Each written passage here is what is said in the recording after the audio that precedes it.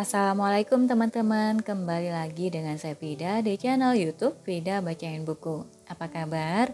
Alhamdulillah ya teman-teman, sampai saat ini kita selalu dalam keadaan baik, sehat dan berbahagia. Alhamdulillah, alhamdulillah. Kali ini kita lanjutkan lagi membaca buku The 5 Second Rule Mel Robbins. Saat ini kita sudah masuk ke bagian 2, yaitu bab 6, yaitu apa yang Anda tunggu. Mari kita mulai. Bismillahirrahmanirrahim. Waktu selalu tepat untuk melakukan hal yang tepat. Dr. Martin Luther King Jr. Tom sedang merayakan satu bisnis baru dengan teman-temannya di Stetson Steakhouse di dalam hotel Hyatt Regency di kota Chicago. Dia berhasil mencapai kuota tahun itu dan kemenangan hari ini akan menempatkan wilayah yang dikelolanya berada di urutan terdepan pada jajaran pemimpin. 4 bulan yang lalu, sesudah istrinya meninggalkan dia menyibukkan dirinya dalam pekerjaan di sebuah perusahaan teknik keuangan. Kesibukan ini menjadi pengalihan yang diterima dengan senang hati karena dia berusaha untuk mengumpulkan kepingan-kepingan dari kehidupan pribadinya. Dia membalikkan tubuhnya ke arah bartender untuk memesan minuman lagi, dan saat itulah dia melihat gadis tersebut. Dia sedang berdiri di seberang bar, tertawa bersama teman-temannya. Ada sesuatu tentang gadis itu. Dia tidak tahu pasti itu apa. Dia berpikir untuk mendekati gadis itu dan mengajaknya berbicara, tetapi dia ragu. Dia mulai bertanya-tanya apakah terlalu cepat baginya untuk membuka diri. Dia mulai merasa tidak yakin apakah gadis yang cantik seperti itu mau menerima pria dengan 2 anak. Ada keputusan yang harus diambil oleh Tom, dan dia akan mengambilnya dalam 5 detik ke depan. Selama waktu yang diperlukan untuk berjalan menyeberangi bar, Tom dapat mulai membangun kembali hidupnya. Selama waktu yang diperlukan untuk mengangkat tangan Anda dalam sebuah rapat, Anda dapat mengubah cara Anda diterima dalam pekerjaan. Selama waktu yang dibutuhkan untuk membuka mulut Anda dan memuji seseorang, Anda dapat membuat cerah hari seseorang.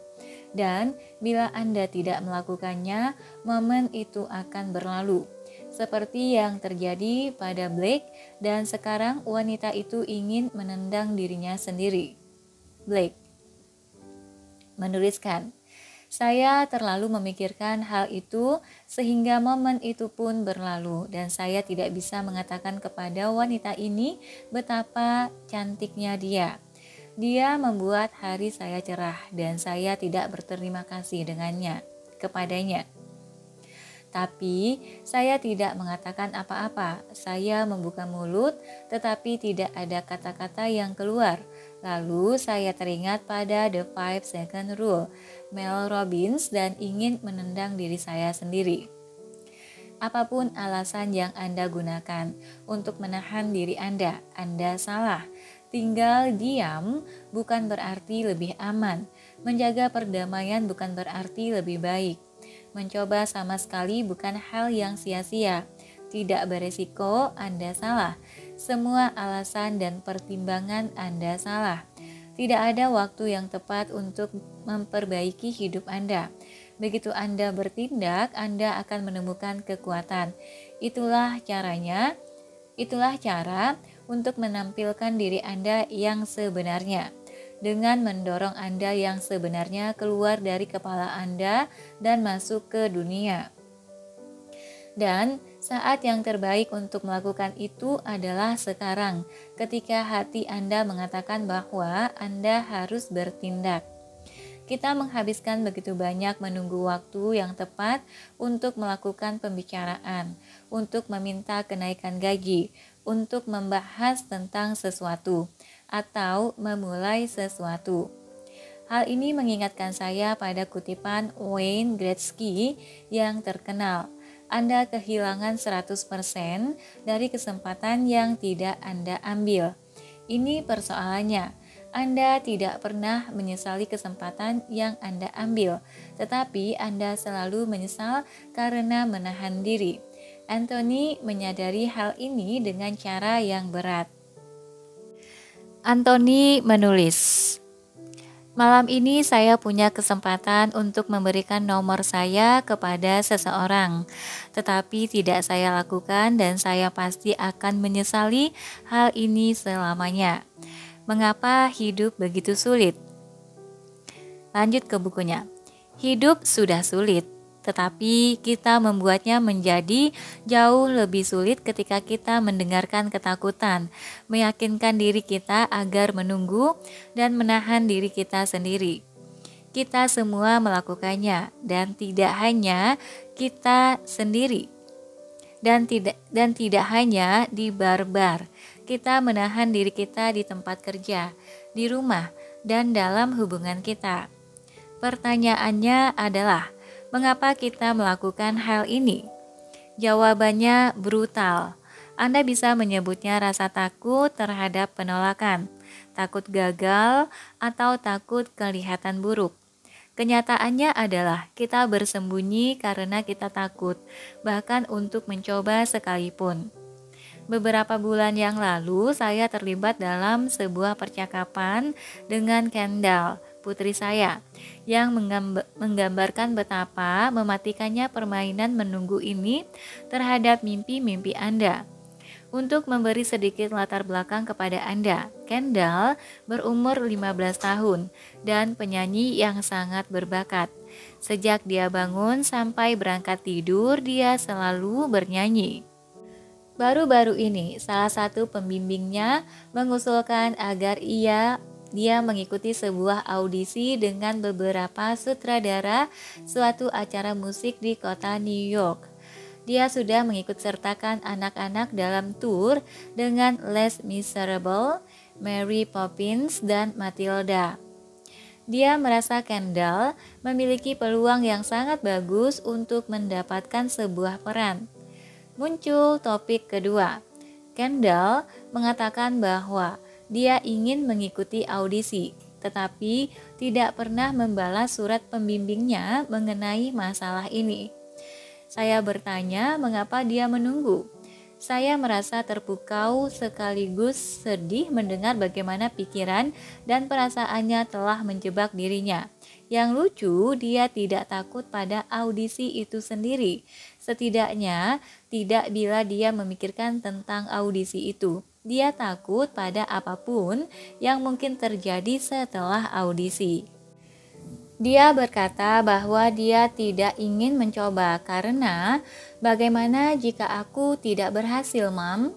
Bagaimana jika aku tidak sebagus yang aku pikir?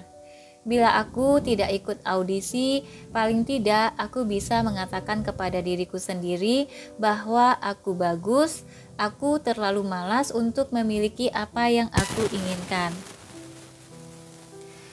Sekarang kami tahu permasalahannya. Takut gagal, takut tidak cukup baik, takut merasa seperti orang kalah. Tidak seorang pun dari kita yang ingin berhadapan dengan realita itu. Maka kita menghindari realita seperti wabah. Sebenarnya itulah yang saya lakukan dengan olahraga. Saya bisa pura-pura berada dalam kondisi yang pantas sepanjang saya menghindar dari realita. Pada saat saya menginjakkan kaki di pusat kebugaran, saya harus menghadapi kenyataan.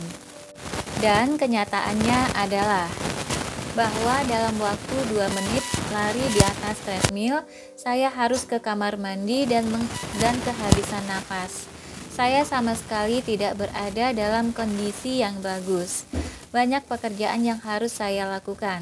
Karena itulah kita menghindar dari tantangan guna melindungi ego kita. Bahkan meski itu berarti membatasi peluang untuk mendapatkan apa yang kita inginkan. Saya mendengarkan Kendall berbicara tentang ketakutannya bahwa dia tidak cukup bagus. Kemudian mengajukan satu pertanyaan sederhana kepadanya. Bagaimana jika kamu salah? Ini pertanyaan yang kuat dan kita tidak terlalu sering menanyakannya. Bagaimana jika kamu salah? Bagaimana jika kamu mengikuti audisi dan ternyata kamu memang sama bagusnya seperti yang dikatakan orang lain? Bagaimana jika ide Anda sebenarnya adalah bakal bisnis bernilai jutaan dolar? Bagaimana jika Anda tidak berhasil memenuhi kuota Anda lagi tahun ini, tetapi sebenarnya Anda juga berhasil melampauinya? Bagaimana jika menjadi lajang tidaklah menakutkan seperti yang Anda bayangkan dan pasangan jiwa Anda yang sejati hanya berjarak beberapa hari saja sebelum bertemu dengan Anda? Apakah Anda sungguh-sungguh akan membiarkan kekhawatiran Anda menghentikan Anda dari melakukan pekerjaan, dari memiliki cinta, dan dari menjadi diri Anda yang terhebat? Sebaiknya jangan. Dan walaupun Anda memang gagal, pasti ada hal lain yang dapat Anda katakan kepada diri Anda sendiri. Lantas mengapa? Lantas mengapa bila Anda gagal? Paling tidak Anda sudah mencoba. Menurut pendapat saya, mendapatkan peran itu tidak relevan. Seperti halnya gadis yang dilihat Tom di bar juga tidak relevan. Satu-satunya yang relevan adalah Anda. Kekuatannya terletak di dalam diri Anda. Satu-satunya cara yang dapat Anda gunakan untuk mengakses kekuatan itu adalah dengan mendorong diri Anda untuk mencoba. Diri Anda yang terhebat muncul pada saat audisi, saat berjalan menghampiri pria atau wanita di bar, dan saat mengangkat tangan dan suara mereka di tempat kerja. Anda tidak akan pernah bisa menghentikan diri. Anda khawatir mengenai sesuatu, namun Anda dapat menghentikan diri Anda dari membiarkan kekhawatiran itu menyeret Anda ke dalam parade kekhawatiran yang mengendalikan pikiran Anda. Anda dapat memaksa dan mendorong diri Anda untuk membayangkan sesuatu yang memberi daya. Anda melangkah mundur ke masa sekarang dan meraih apa yang Anda inginkan. Dan Anda dapat melakukannya hanya dalam waktu 5 detik. Kita semua bersalah karena membayangkan ikut terlibat tetapi tidak melakukan. Kita semua menunggu waktu yang tepat, benar-benar suatu kebodohan. Dalam sebuah survei baru-baru ini, 85% pegawai layanan profesional mengaku mereka menahan umpan balik yang penting dari bos mereka. Mengapa? Anda sudah tahu jawabannya. Mereka menunggu saat yang tepat. Hal yang sama juga berlaku pada anak-anak Anda, pasangan Anda, teman-teman Anda, dan rekan-rekan Anda.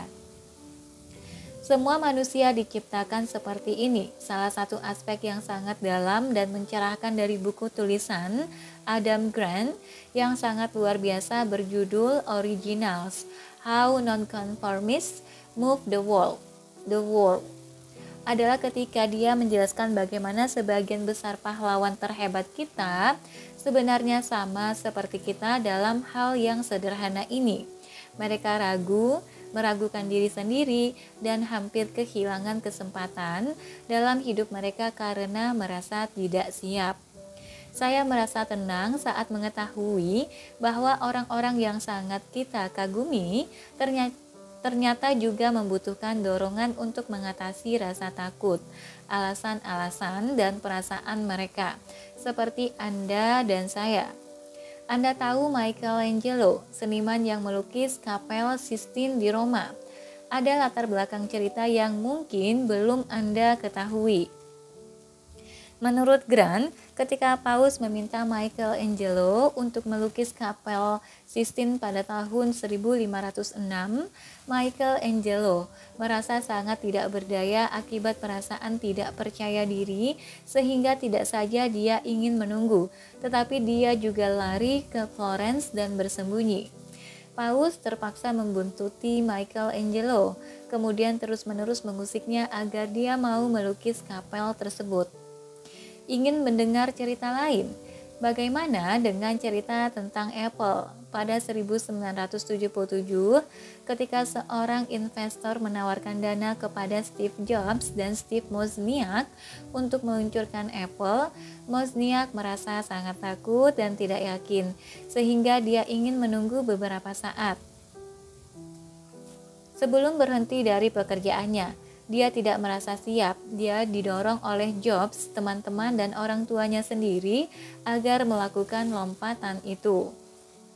Ingat kisah-kisah di bab terakhir tentang Dr. Martin Luther King Jr.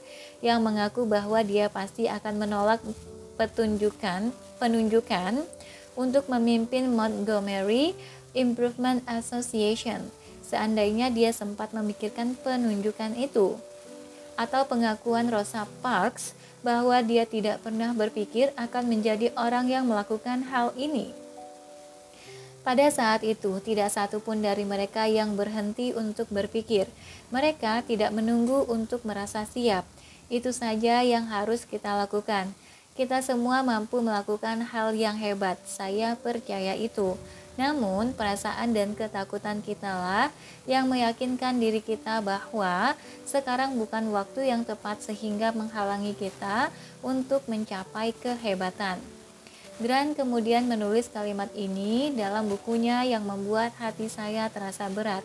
Kita hanya bisa membayangkan berapa banyak Wozniak, Michelangelo, dan King yang tidak pernah mengejar, mempublikasikan atau mempromosikan gagasan orisinil mereka karena mereka tidak tertarik atau dilempar ke bawah lampu sorot.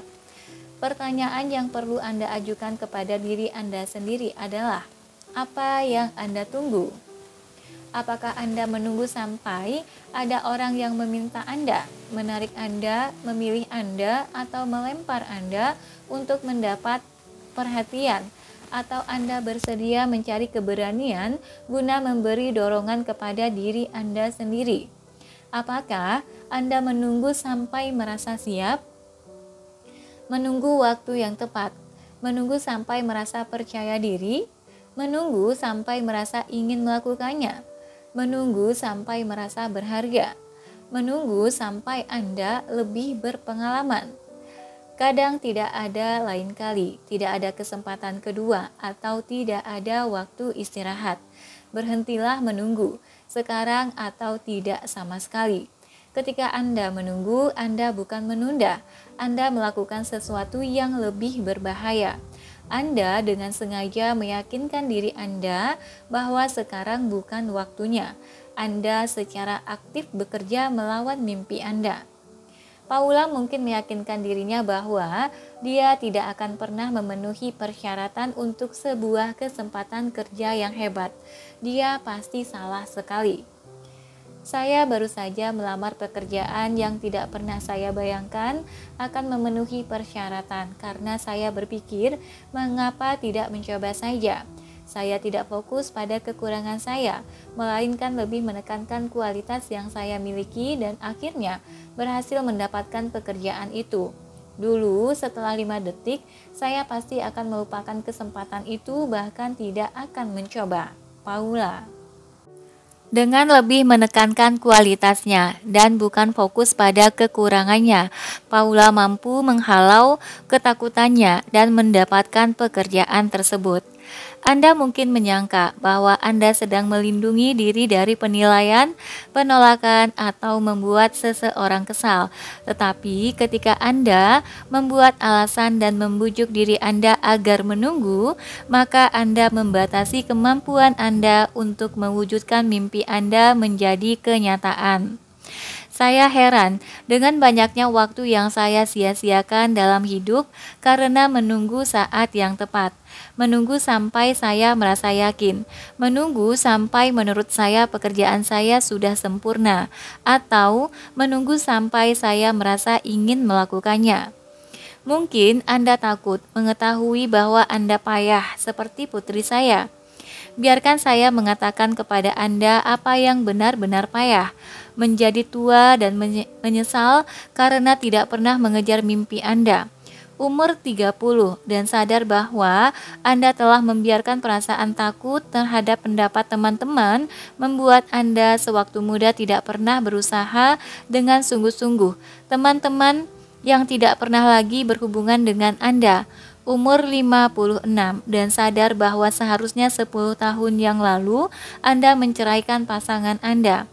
Umur 45 dan berharap andai saja Anda memiliki keberanian untuk mengerjakan sebuah proyek di tempat kerja yang sekarang Anda sadari dapat mengubah arah karir Anda, atau duduk mengikuti kuliah untuk memperoleh gelar demi menyenangkan orang tua, padahal di dalam hati Anda tahu bahwa Anda ingin melakukan sesuatu yang lain dengan hidup Anda. Tidak ada waktu yang tepat, yang ada hanyalah sekarang juga. Anda punya satu kehidupan, inilah kehidupan Anda, dan hidup itu tidak akan terulang lagi. Terserah Anda untuk mendorong diri Anda memanfaatkan hidup dengan sebaik-baiknya, dan waktu untuk melakukannya adalah sekarang juga. Anda mengakui ide-ide Anda dengan mengejarnya. Menyedihkan rasanya mendengar dari Anda semua yang mempunyai ide kreatif atau konsep produk yang menunggu sampai ada orang lain yang memberikan pengakuan. Sedih sekali karena menunggu pengakuan akan menjadi kematian bagi mimpi-mimpi Anda. Bila Anda memiliki ide untuk sebuah pertunjukan atau sebuah buku, lalu Anda menunggu sampai ada eksekutif dari sebuah jaringan TV atau perusahaan penerbitan yang memilih Anda akan kalah. Ini seperti Tom di bar yang berharap pasangan jiwanya akan datang menghampiri dan memilih dia, atau saya yang menunggu sampai merasa termotivasi untuk bangun dan bangkit dari tempat tidur. Menunggu sampai Anda siap tidak akan membuat impian Anda terwujud. Dunia tidak bekerja dengan cara seperti itu. Dunia menghargai mereka yang cukup berani untuk berhenti menunggu dan memulai. Bila Anda bermimpi untuk tampil di televisi, saya bisa mengatakan kepada Anda berdasarkan pengalaman langsung bahwa eksekutif TV yang Anda harapkan akan menemukan Anda sebenarnya sekarang dengan menyaksikan YouTube mencari seseorang yang tidak menunggu. Orang yang punya keberanian untuk memulai, mencipta serta menunjukkan diri mereka serta ide-ide mereka di luar sanalah yang akan menang. Satu-satunya perbedaan antara gagasan tentang sebuah novel yang ingin Anda tulis dan penulis Inggris E.L. James yang menulis novel blockbuster trilogi 50 Shades of Grey yang dibaca oleh hampir setiap wanita di dunia dan terjual 1 juta kopi dalam waktu 4 hari adalah fakta bahwa dia tidak menunggu untuk mendapatkan izin, waktu yang tepat maupun merasa siap. Dia tidak menunggu sampai dia mendapatkan kontrak buku. Bahkan, dia mulai menulis erotika di sebuah blog bertema Twilight. Dia menemukan keberanian untuk memulai lewat cara-cara kecil, kemudian terus-menerus menampilkan dirinya sampai kepercayaan dirinya tumbuh untuk menulis sebuah buku. Dan buku itu adalah 50 Shades of Grey. Buku yang diterbitkan sendiri oleh seorang ibu bekerja yang menulis pada waktu-waktu senggangnya. Ya. Dengan cara seperti itu jugalah musisi pemenang Grammy Ed Sheeran ditemukan. Usianya 15 tahun dan tanpa izin maupun jaminan akan ada orang yang memperhatikan, dia memainkan lagu-lagu di sebuah taman di Inggris. Anda mendorong diri Anda sendiri untuk keluar dari zona nyaman dan memulai. Tidak ada cara lain. Anda tidak lagi menunggu waktu yang tepat. Anda mulai. Dengan cara itulah pemenang penghargaan Broad City mendapatkan pertunjukan hit mereka di Comedy Central. Mereka bertindak berani dengan mulai membuat film klip 3 menit menggunakan iPhone, kemudian memasangnya di YouTube.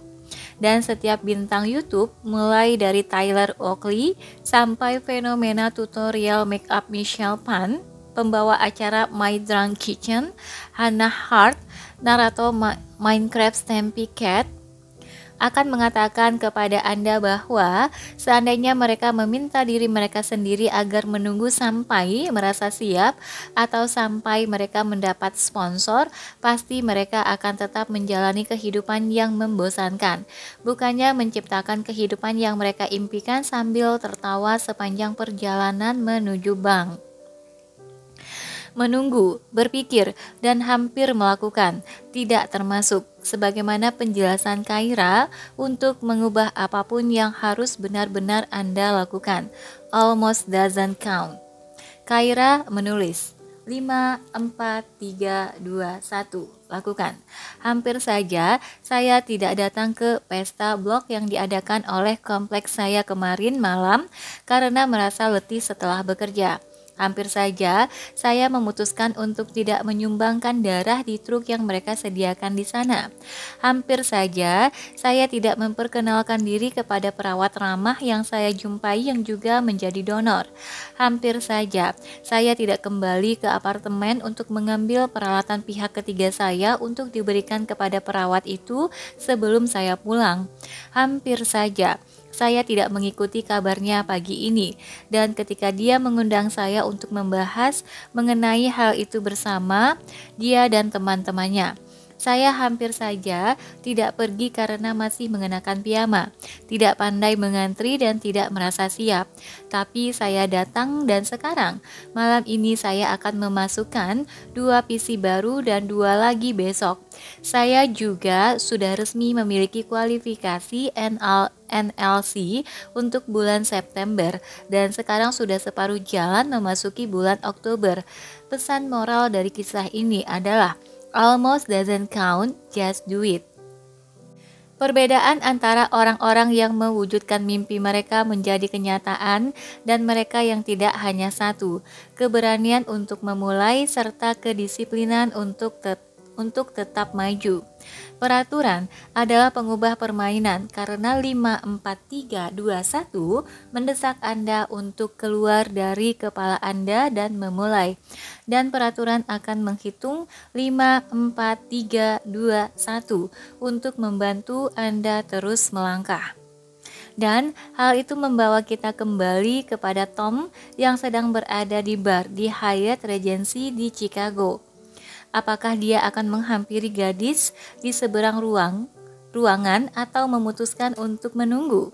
Ya, tergantung pada siapa yang mengambil keputusan untuk Tom. Apakah hati Tom yang akan mengambil keputusan atau otaknya? Apakah impian Tom yang akan menang atau ketakutannya? Rosa Parks menawarkan nasihat yang mengagumkan untuk saat-saat seperti ini. Tom harus melakukan apa yang seharusnya dilakukan. Di dalam hatinya, Tom tahu apa yang harus dilakukan. Dia harus mulai menjalani kehidupannya lagi. Menunggu tidak akan membantu, menunggu hanya memperburuk keadaan. Ketika Anda duduk dengan perasaan takut dan tidak yakin, pikiran Anda akan membuat perasaan itu semakin kuat. Itulah yang disebut efek lampu sorot, dan itu adalah salah satu dari sekian banyak tipu muslihat yang dimainkan oleh otak Anda dalam usahanya menjaga agar tetap aman. Ketakutan yang dirasakan Tom nyata, ketidakpastian itu menakutkan. Rasa tidak percaya diri bisa melumpuhkan. Tidak seorang pun yang ingin ditolak atau merasa seperti orang bodoh. Tidak seorang pun yang ingin mengetahui bahwa mereka payah. Itulah sebabnya mengapa momen sebelum Anda memasuki rapat networking, sebuah pesta, suatu wawancara, kafetaria, atau menghampiri seseorang yang menurut Anda menarik, bisa terasa menakutkan. Kita memikirkan tentang apa yang salah atau betapa aneh rasanya bila tidak ada yang menyambut kita, meski terdapat banyak kemungkinan. Akan tetapi, keamanan bukan yang diinginkan oleh Tom. Tom ingin membangun kembali kehidupannya dan menemukan cinta lagi, dan itu akan membutuhkan keberanian. Meskipun mengambil langkah pertama untuk mencapai sisi lain bar sangat menakutkan, tetapi Tom akan menyadari bahwa semua daya tarik, keajaiban, dan kegembiraan dalam hidup terjadi pada saat dia mengambil langkah pertama itu. Anda dapat merasakan ketidakpastian dan tetap siap. Anda dapat merasa ketakutan tetapi tetap melakukannya. Anda bisa takut terhadap penolakan tetapi tetap berusaha untuk mendapatkannya. 5 detik keberanian mengubah segalanya. Tom mulai menghitung dalam hati 5, 4, 3 dan begitu dia sampai ke angka 2, dia mulai berjalan melintasi ruangan. Dia tidak tahu apa yang akan dia ucapkan kepada gadis itu. Jantungnya berdegup, tetapi untuk kali pertama setelah sekian lama dia tidak merasa kaku, dia merasa hidup. Semakin mendekati dia, jantungnya semakin berdebar. Gadis itu membalikkan badannya tepat saat dia sudah mendekat. Yang terjadi selanjutnya adalah tidak relevan. Tidak penting apa yang terjadi karena bisa saja gadis itu menjadi pasangan jiwanya atau tidak. Akhir dari kisah ini tidak relevan. Satu-satunya hal yang penting adalah awal dari kisah itu, bahwa Tom membuat pilihan untuk memulai kehidupannya lagi. Dengan cara itulah Anda mendengarkan hati Anda. Entah Anda mulai berkencan lagi, memulai sebuah perusahaan, atau memulai kanal YouTube, Anda harus menemukan keberanian untuk mulai. Perhatikan betapa inginnya kita memperoleh kepastian bahwa Tom berhasil mendapatkan gadis itu. Memang bagus untuk alur cerita film, tetapi intinya bukan mendapatkan gadis itu. Hidup ini tidak seperti novel Nicholas Sparks. Hidup ini sulit dan berat, lalu tiba-tiba berubah menjadi cemerlang dan mengagumkan. Lagi pula, bisa saja gadis itu sudah bertunangan. Bisa saja dia bukan orang yang baik. Apapun yang terjadi, gadis itu bukan sumber kekuatan dalam kisah ini. Tomlah sumber kekuatan. Harta dalam hidup Anda terkubur di dalam diri Anda, bukan di dalam diri orang lain. Tom adalah sumber kekuatan dalam hidupnya, dan Anda adalah sumber kekuatan dalam hidup Anda. Anda membuka kunci kekuatan itu ketika Anda mendengarkan suara hati Anda dan mendorong diri Anda dengan 5, 4, 3, 2, 1 guna menghargai kekuatan itu. Pada saat Anda menemukan diri Anda yang sesungguhnya, maka itu akan menjadi karunia yang lebih penting dari segalanya. Melody Fowler menulis, saya menggunakan The 5 Second Rule setiap hari, berulang-ulang kali sejak di Dallas. Peraturan ini membantu saya menyingkirkan pikiran-pikiran negatif, membantu saya menjangkau orang-orang dan memulai pembicaraan yang mungkin tanpa peraturan tidak akan saya mulai. Peraturan menghadirkan diri saya yang sesungguhnya dengan lantang, dan bagi saya itu adalah karunia yang lebih penting dari segalanya. Menjadi diri saya dan juga menunjukkan kepada putri saya cara menggunakannya. Terima kasih, Mel. Jean Baptiste juga melihat hal ini. Dia menulis kepada saya bahwa dia menyadari bahwa tidak ada seorang pun yang akan datang dan membuat saya menjalani kehidupan yang saya inginkan, dan bahwa bertindak adalah satu-satunya cara guna menciptakan ruang saya sendiri di dunia. Jean Baptiste menulis, halo, saya hanya ingin menyampaikan kepada Anda bahwa saya mengagumi karya Anda, juga ide-ide yang Anda bagikan kepada dunia. Saya berumur 19 tahun dan menyaksikan ceramah TED Anda, termasuk ceramah-ceramah Anda yang lain, telah membantu saya menyadari bahwa tidak ada seorang pun yang akan datang dan membuat saya menjalani kehidupan yang saya inginkan, dan bahwa bertindak adalah satu-satunya cara guna menciptakan ruang saya sendiri di dunia. Saya percaya bahwa setiap orang mampu menghadirkan sesuatu yang baru dan hasil dan asli di dunia yang kita tinggali ini. Sungguh, Anda telah membantu saya. Untuk itu saya ucapkan terima kasih. Teruslah mengubah dunia detik demi detik. Salam kasih, Jane. Sebagaimana dikatakan oleh Jean Baptiste, saya juga percaya bahwa setiap orang mampu menghadirkan sesuatu yang baru dan asli di dunia yang kita tinggali ini. Potensi kehebatan yang besar ada di dalam diri kita masing-masing. Cara Anda mengaktifkan kekuatan Anda adalah dengan menemukan keberanian yang Anda butuhkan setiap hari untuk mendorong diri Anda maju. Ketika Anda mendengarkan suara hati Anda, bangun dan hadapilah hari Mel, hadapi dan mulailah berjalan Tom. Jaga keponakan-keponakanmu Catherine, jangan serahkan kursimu Rosa. Apa yang harus Anda lakukan menjadi jelas. Tidak ada perdebatan manakala Anda mengikuti apa yang ada di dalam hati Anda. Satu-satunya hal yang akan membuat diam ocehan di kepala Anda adalah keputusan untuk bergerak.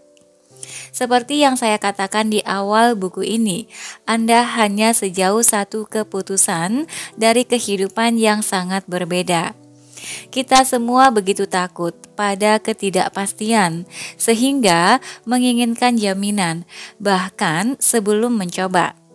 Kita menginginkan bukti bahwa apabila kita mengambil sebuah risiko, kita juga akan mendapatkan gadis itu. Bahkan, seandainya Tom berhasil mendapatkan gadis itu, bukan menjadi bukti bahwa Anda juga akan mendapatkannya. Mendapatkan gadis itu atau pemuda itu dalam hal ini adalah permainan angka. Untuk memainkan permainan apapun, Anda harus mulai. Tom menang, sementara Anda harus tetap bermain. Jika Anda ingin mewujudkan mimpi Anda menjadi kenyataan, bersiaplah untuk melakukan permainan yang lama. Hidup bukanlah transaksi, satu dan selesai. Anda harus bekerja untuk mendapatkan apa yang Anda inginkan. Tahukah Anda permainan Angry Birds?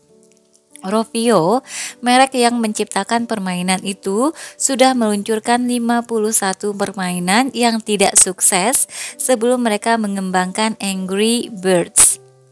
Bagaimana dengan bintang The Avengers, Mark Ruffalo? Tahukah Anda berapa banyak audisi yang dia ikuti sebelum akhirnya mendapatkan peran pertamanya? Hampir 600, bahkan Babe Ruth 1330 kali luput memukul. Vacuum cleaner favorit saya adalah Dyson. Tidak heran mengapa vacuum cleaner tidak payah dalam menghisap debu. James Dyson sudah menciptakan 5.127 prototipe. Apa? Dan yang terakhir ini akan membuat Anda takjub. Picasso telah menciptakan hampir 100 karya besar sepanjang hidupnya. Namun yang tidak diketahui oleh sebagian besar orang adalah bahwa secara keseluruhan dia menciptakan lebih dari 50.000 karya seni. Apakah Anda memperhatikan angka terakhir? 50.000. Itu berarti 2 karya seni per hari. Kesuksesan adalah permainan angka, dan Anda tidak akan menang bila Anda terus mengingatkan diri Anda agar menunggu. Semakin sering Anda memilih keberanian, semakin besar kemungkinan Anda akan berhasil. Ketika 5, 4, 3, 2, 1 Anda mendorong Anda maju, Anda akan menemukan keajaiban dalam hidup dan Anda akan membuka diri Anda kepada dunia, kepada kesempatan dan kepada kemungkinan. Mungkin Anda tidak mendapatkan gadis itu, bagian itu atau jawaban yang Anda inginkan, tetapi bukan itu intinya. Pada akhirnya, Anda akan mendapatkan sesuatu yang jauh lebih berarti. Anda akan menemukan kekuatan di dalam diri Anda.